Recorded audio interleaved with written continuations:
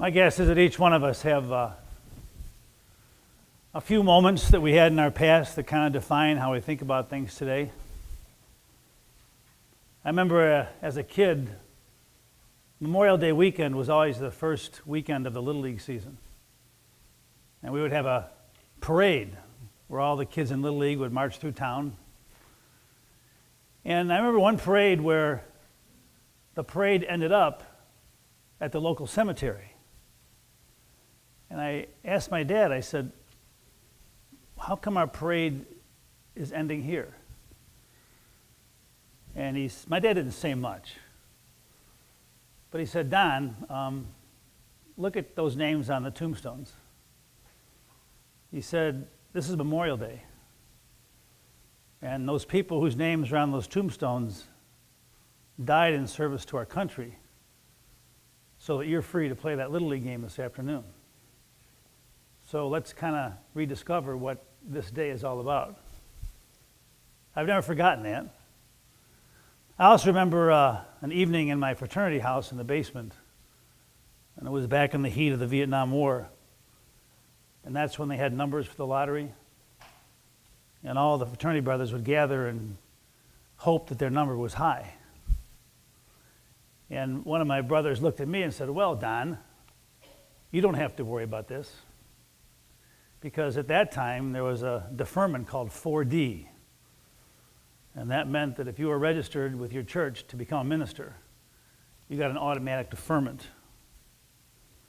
And I thought about that, and I wondered, why would ministers get a 4D? As if being a minister was any more important than anything else. And then 2 weeks later, the older brother of one of my fraternity brothers was killed in Vietnam. And ever since that time, I've felt kind of guilty about that. That somehow, some way, at that time, we were kind of hoping we wouldn't get drafted.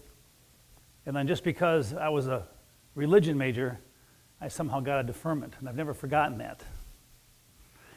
And I guess it made me realize that as time goes on, that there's no job in the world that is any more important than any other job. I don't care if it's the cashier at the Circle K where you buy your ice cubes and get your morning paper, or you're the CEO of a big company, or somehow a bishop. No matter what you do with your life, no matter how humble or simple you think your job is, it's equally important, and all of us are called to do something. And then, of course, you look at the bulletin cover for this morning, and you see all those rows of tombstones, and it gives you pause to just say thanks. Because if it wasn't for you in that cemetery, I couldn't make coffee in the morning, I couldn't go to work, couldn't take care of my family, couldn't do all those things that we take for granted every single day. Well, I'm in the middle of my, whatever you call it, my sermon this morning, and the phone rings. It's about an hour and a half before church, and I get the word that Nellie died. We've been praying for Nellie DeConick for a long time, and it's Margie's mom, and I've known them forever. And I remember going to visit her and her family yesterday, and her husband, Joe, can't hear very well. He always yells, and if you pray in his room, you got to pray really, really loud. And he said, Don, when you come back tomorrow, bring us Holy Communion. Holy Communion was so important to them. And so anyway, the phone rings. I look at my watch. Well, what do? What's more important? Bringing communion or writing a sermon? Of course. And so I keep hearing Joe's voice. Don, bring us communion. Well, his wife died, and so I look around, and I picked up a bucket. And I went into the refrigerator and had the bread that we used at the bike blessing on Thursday night. I put some wine in a coffee mug. I put a plate and some napkins in there. And I took my love bucket to the hospital this morning. And I get in there, and Nellie is there, and she's no longer living, and the whole family's there. There's like 20 of them in the room. And they said, Don, can we do a quick prayer? And I said, well, how about communion? And they said, where's communion? I said, it's in the bucket.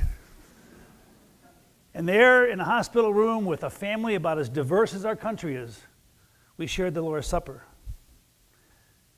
And I realized in that moment, and as I'm talking to you today, that what fuels my fire every single day, what's at the very heart and soul of this place called All Saints, is that there is one God. One God who gives us all this stuff. One God who creates each one of us.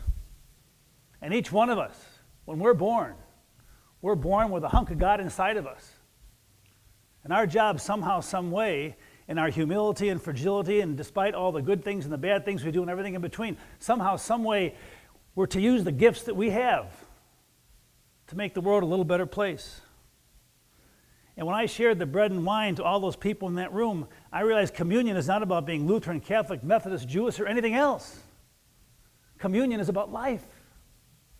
It's about sharing our humanity and understanding that in the very depth and fiber of who we are, that's where God lives every day. Memorial Day, a day to say thanks to those who have given it all. And I realize the best way we can honor you veterans and honor those who have gone before is for us to take our life, whatever we do, and give it all. And I realize the love bucket comes in many different colors, but this morning it was the color blue. Amen. If you're able to, please rise for the creed. It's on page 105.